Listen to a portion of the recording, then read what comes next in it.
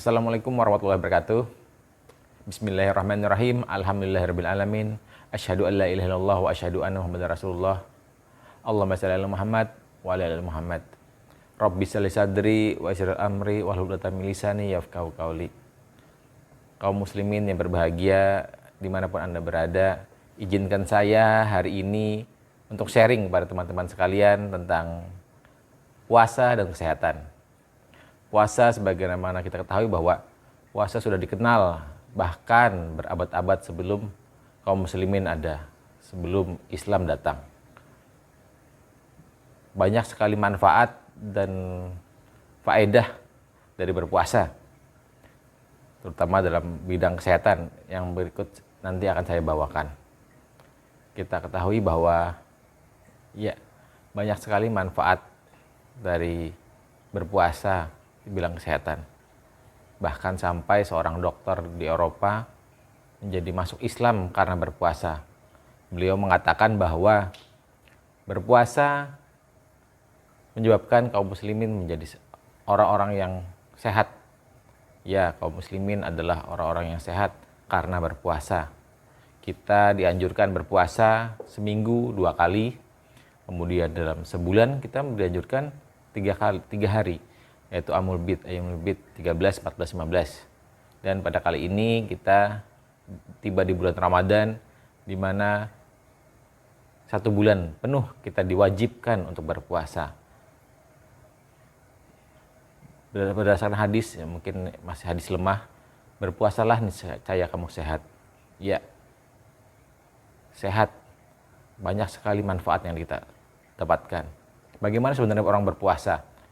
Saat orang berpuasa, kita sebagai manusia memerlukan energi untuk beraktivitas itu berdasarkan dari glukosa yang diambil dari dalam tubuh. Nah, bagaimana saat orang berpuasa? Saat kita lapar, dahaga, tidak lagi glukosa yang diambil. Karena glukosa hanya bertahan 4-5 jam setelah kita makan.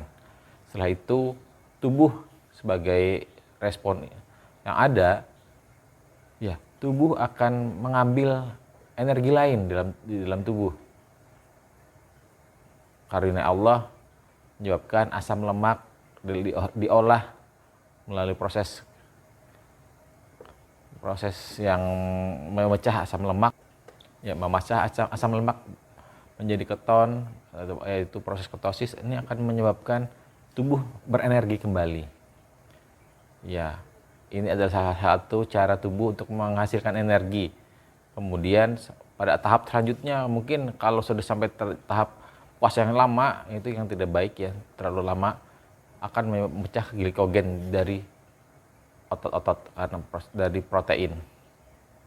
Nah, pada tahap awal kita lapar, menyebabkan tubuh merangsang ginjal untuk menghasilkan namanya epinefrin. Epinefrin merangsang ke otak, merangsang hipofisis, ACTH, kortisol, kemudian hormon-hormon yang ada dalam tubuh semuanya terangsang. Ini dampak baiknya adalah tubuh akan menyebabkan metabolisme akan meningkat. Makin meningkat. Itu ibaratnya seperti sebuah kendaraan yang perlu maintenance. Nah, saat berpuasa ini adalah proses maintenance tubuh. Jadi tubuh akan meregenerasi sel-sel yang istilahnya autofagi. Jadi tubuh tidak akan melakukan proses yang namanya meregenerasi sel. Sel-sel yang sudah tua, sudah rusak akan didaur ulang kembali saat berpuasa. Itulah saat berpuasa. Makanya menyebabkan jika orang berpuasa kadangkala bikin otak cerdas. Kenapa? Karena dia akan fokus tanpa memikirkan makanan, minuman. Nah, itulah adalah kontrol diri kita. Yang kemudian yang paling banyak di Indonesia adalah angka obesitas. Tentu di dunia juga angka obesitas dan sindrom metabolik, karena obesitas ada erat hubungannya dengan sindrom metabolik. Kenapa?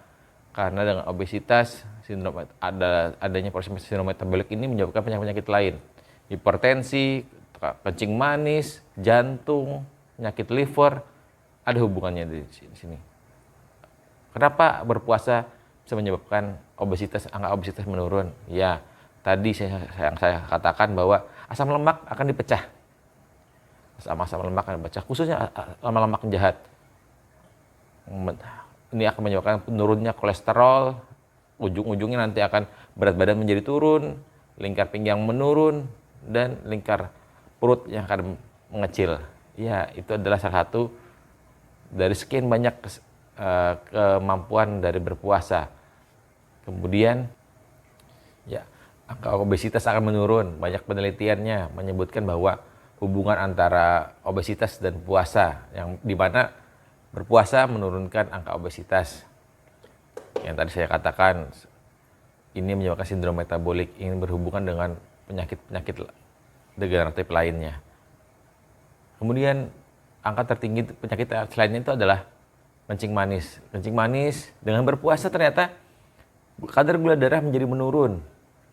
Yang paling menakjubkan adalah penelitian mengatakan bahwa sensitivitas dari insulin akan meningkat. Karena yang terjadi adalah pada pasien-pasien yang mengalami kencing manis adalah kerusakan dari sensitivitas dari insulinnya. Nah, penelitian menunjukkan bahwa sensitivitas insulin meningkat. Ya, karena ini tadi menyebabkan kadar gula menjadi lebih normal dibandingkan orang yang tidak berpuasa. Terus saat ini kita berada pada pandemi COVID-19. Bagaimana hubungan berpuasa dengan COVID? Ada sebuah penelitian di Inggris tahun 2020 yang mengatakan bahwa di suatu komunitas kaum muslimin, dilakukan penelitian melihat bagaimana keparahan tingkat COVID selama bulan Ramadan. Tentu kita ingat bahwa saat itu tahun 2020 lockdown terjadi di mana-mana, begitu pula terjadi di Inggris. Protokol kesehatan yang ketat. Nah, ini diamatin ternyata tingkat keparahan pada komunitas kaum muslimin yang menjalani berpuasa itu lebih rendah dibandingkan yang komunitas yang tidak melakukan berpuasa. Komunitas lainnya. Ini terjadi kenapa? Ternyata berpuasa erat hubungannya dengan regenerasi dari sel-sel darah putih. Sel darah putih ini apa? Sel darah putih ini yang dalam tubuh kita berfungsi untuk pertahanan tubuh kita, sistem imunitas. Jadi dia akan meningkatkan sistem kekebalan tubuh kita. Imunitas akan meningkat. Akan perangsang sel-sel darah putih. Jadi sel darah putih yang sebelumnya itu akan dihancurkan karena berpuasa, dibentuklah sel-sel darah putih yang baru. Dan sampai saat ini yang paling menarik adalah tidak ada satu penelitian pun yang menyatakan bahwa berpuasa itu memiliki efek yang buruk bagi tubuh. Semua penelitian bisa dikatakan mendukung berpuasa. Makanya sebagai kaum muslimin kita patut berbangga bahwa kita diberikan kesempatan dan kewajiban untuk berpuasa. Terus dengan sebagai banyak sekali manfaat yang ada, seharusnya kaum muslimin lah yang paling sehat. Namun kadangkala saat siang hari kita berpuasa, menahan lapar, dahaga, kemudian kontrol diri, karena orang puasa kan kontrol dirinya lebih bagus dibandingkan tidak berpuasa. Menjelang maghrib, menjelang berbuka, inilah salah satu momen yang krusial. Kenapa krusial? Ya, kadangkala kita sebagai kaum muslimin lupa berbuka puasa dengan yang tidak dianjurkan. Bukan tidak dianjurkan, tidak sehat malah. Nabi mengajarkan kepada kita bahwa beliau mengajarkan berbuka dengan rutop, kalau tidak ada adalah dengan kurma, kalaupun tidak ada dengan air putih. Berbeda halnya dengan kita saat ini. Kita berbuka dengan sesuatu yang manis, kemudian santan, gorengan, bahkan asam-asam dan pedas. Kenapa itu tidak baik? Ya, itu tidak baik karena akan meningkatkan asam lambung kita. Dari pagi, semenjak subuh sampai berbuka, usus kita sudah diistirahatkan. Tapi kadang-kala saat berbuka puasa, langsung digenjot dengan makanan-makanan yang sebenarnya tidak perlu di awal-awal kita berbuka puasa. Sebenarnya makanan apa sih yang diperlukan adalah makanan-makanan yang cepat diserap. Nasi cepat diserap atau tidak? Ternyata tidak. Sebaiknya dihindari pada awal-awal berbuka puasa. Dianjurkan memakan makanan yang cepat diserap. Contohnya adalah rutop, kurma muda atau kurma yang ada di pasaran saat ini. Kemudian air minum. Air minum adalah air minum yang jangan dingin ataupun panas, karena tadi akan menyebabkan merangsang sel-sel di dalam lambung kita. Perut menjadi penuh, kemudian setelah itu kegiatan ibadah kita akan jadi kacau balau. Jadi disarankan agar makan sedikit dulu, kemudian sholat maghrib, sholat tarawih, baru setelah sholat tarawih mungkin akan dilakukan dengan makanan-makanan berat.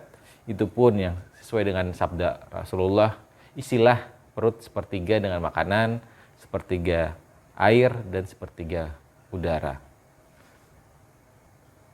Kemudian saat sahur bagaimana?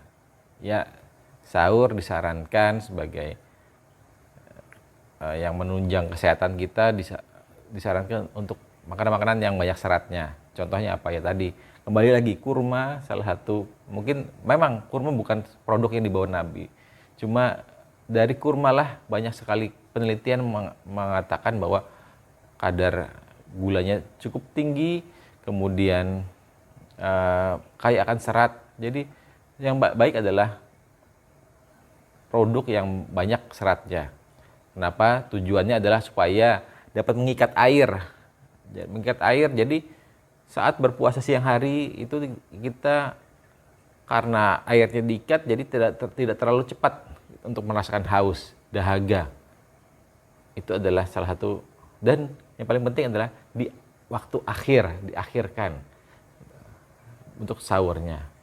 Kemudian yang paling penting, cukupi kebutuhan cairan selama berbuka sampai sahur, minimal 8 gelas bagi orang dewasa, kemudian bagi yang memiliki penyakit tertentu agar dapat disesuaikan. Maka dari itu banyak sekali manfaat dan keuntungan dari berpuasa. Berpuasa banyak manfaat bagi kesehatan. Untuk itu kita sebagai umat muslim sepatut bersyukur. Namun jangan sampai karena menginginkan kesehatan atau menginginkan terhindar dari penyakit tertentu, kita berpuasa tujuan itu, nauzubillah min dzalik. Kembali lagi kita kembalikan karena ini adalah kewajiban sebagai kaum muslimin. Kita diwajib untuk berpuasa sehingga itu tujuan kita, mencari ridho ilahi. Kemudian kepada teman-teman yang memiliki penyakit tertentu disarankan untuk dapat berkonsultasi kepada dokternya, pada petugas kesehatan untuk dapat melaksanakan berpuasa pada kali ini karena banyak sekali manfaatnya. Demikianlah, semoga apa yang saya dapat sampaikan dapat bermanfaat. Barakallah. Wassalamualaikum warahmatullahi wabarakatuh.